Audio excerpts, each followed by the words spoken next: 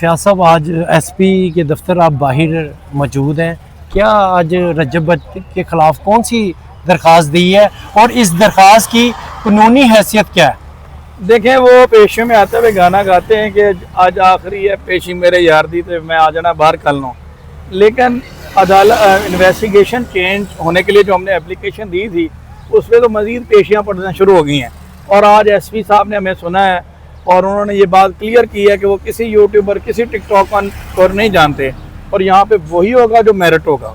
और investigation officer को भी उन्होंने हदायत की है, इन्वेस्टिगेशन कंप्लीट करके लाएं और जो चीज़ें रह गई हैं उसको पूरा करके लाएं। मैं किसी किस्म की कोई बात जो है वो कानून से हट के बर्दाश्त नहीं करूँगा।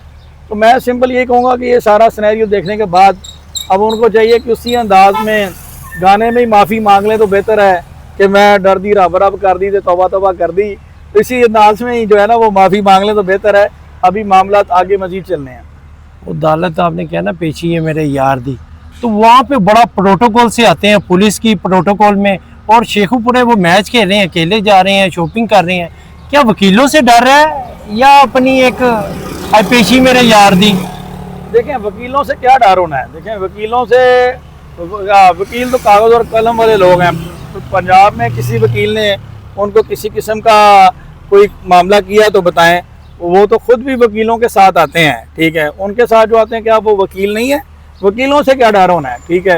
ये जस्ट अदालती प्रोसीडिंग के ऊपर असरअंदाज होने के लिए, सोशल मीडिया पे अपने आप को मशहूर करने के लिए, टिकटॉक पे, यूट्यूब पे माइलेज लेने के लिए, अपने पैसे का इस्तेमाल करके इदारों पर असरअंदाज होने के लिए और बल्ले बल्ले करवाना, वाह वाह करवाने के लिए प्रोटोकॉल लिया हुआ है।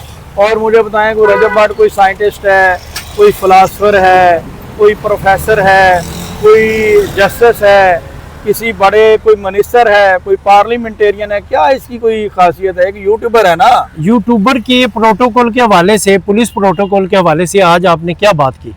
मैंने डीआईजी सिक्योरिटी को एप्लीकेशन मूव की है और मुझे पूरी उम्मीद है कि वो इसमें एज़ पर मेरिट इस पे ऊपर संजीदगी से इस मामले को देखेंगे।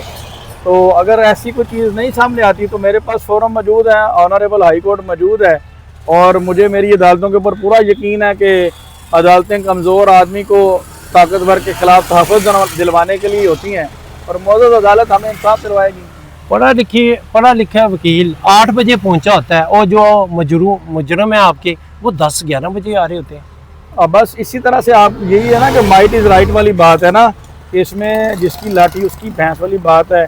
इनके पैसे का ज़राए वसाइल का सिर्फ वकील नहीं, 8 बजे SHO साहब, 3 थानों की पुलिस उनका वेट कर रही होती है। और अगर कोई गरीब साइल एप्लीकेशन लेकर जाए तो उसका 3 महीने पर्चे नहीं होता, साहब बिज़ी होते हैं, ठीक है। तो मुझे नहीं समझ आ रही कि इस वक्त डाला कल्चर के ख़िलाफ़ बात करने वाले कहाँ हैं जो कहते हैं कि जी डाला कल्चर को हमने ख़त्म कर दिया। यहाँ पे तो हमने अदालत के अंदर डाला कल्चर ख़त्म होते देखा है और ना ही जो प्रोटोकॉल के शक्लें लोगों के वो ख़त्म होते। अदालत में नई शक्ल लगाने जा रहे हैं आप, कौन कौन सी?